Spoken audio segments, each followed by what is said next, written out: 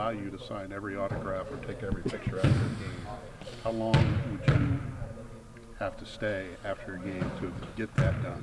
Usually after home games, they do let me. It takes about like 45 minutes to an hour, usually around there. I tried to stay after March Madness, or not March Madness, after the Big Ten title game, but they needed for me for media, so they dragged me out. But yeah, it takes a while. I don't have any problem with it. It's not like it's not like it's like a laborious task for me. It's just something I do. I enjoy it. Is that you just maybe just giving back and Yeah. for everyone? I mean, because when you came here, nobody really knew who you were. Yeah, the school's given me so much. So yeah, it's kind of my way to give back, especially to like the kids. It's always nice to sign stuff for kids, kind of give them a memory, last them for life, maybe create Boilermaker fans for life.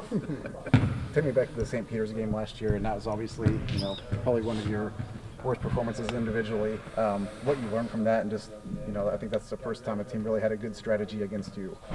Yeah, I don't know. That was just a weird game. Obviously, I've learned a lot. I've learned how to really value the ball.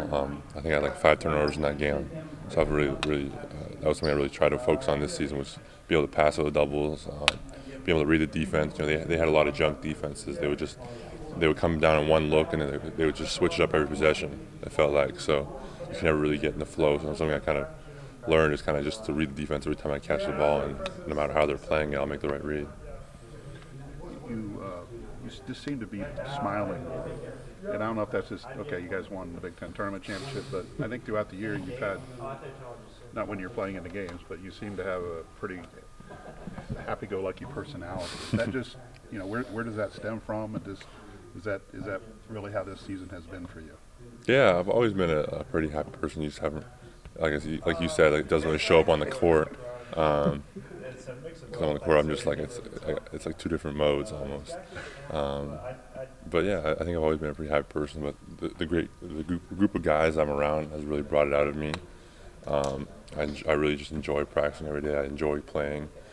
I think last year, kind of with all the expectation, all the pressure, all the whatever, it wasn't as fun last year. Whereas this year, it's still a lot of fun.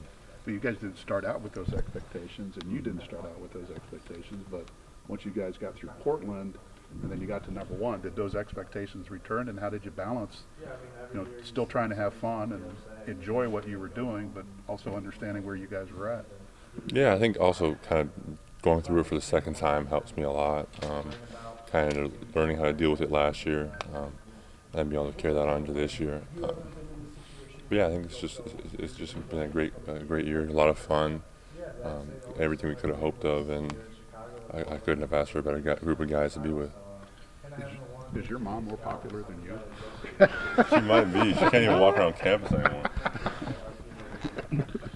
A lot of guys talk on the court.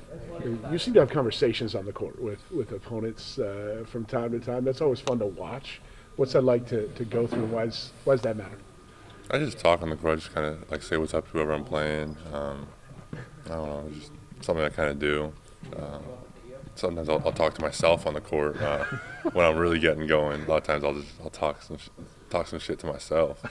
I almost got in trouble for that in the Rutgers game. I said something, and Steve Pike was like, "Oh, you can't say that." So I'm talking to myself, man. Do you answer yourself?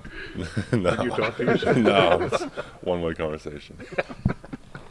I wanted to ask you, or kind of verify a story. I was told that when you went to your first baseball tryouts, your parents weren't thrilled. They thought you were a soccer guy, didn't want you playing baseball, and they bought you a uniform. For soccer? For baseball. When you went to a baseball tryout when you were, 10, 12, whatever it was, and that kind of sold you. Just kind of, what was that? A foot taller than everybody probably back then. Kind of getting that baseball jersey on, and is that kind of a true story? Like, the coach really had to sell you on it. Yeah. I didn't like baseball when I first started playing it. I kind of showed up at the field one day. My parents brought me to a random field one day. I thought we were just like having a picnic or something, and then all of a sudden they're like, "Hey, there's a baseball tryout over there. You should go over there." I was like, "Okay." So I went to the baseball tryout, whatever. Didn't like it at first, and that was kind of always their sport.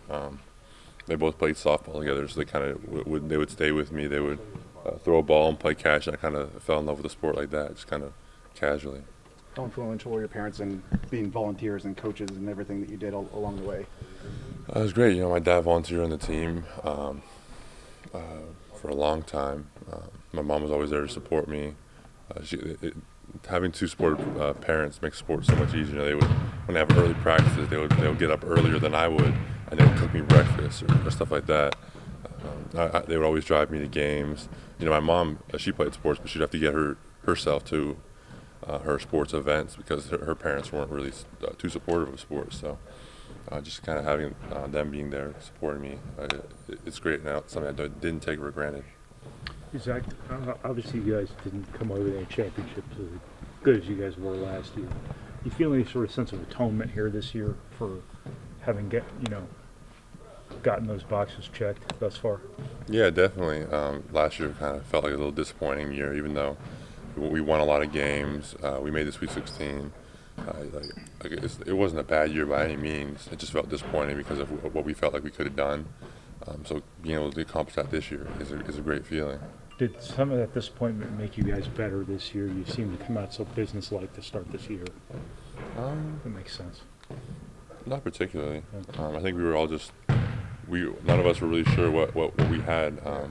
So kind of just coming out every game, playing our hardest, and then we got to test ourselves early against really, really good teams, and we came on top.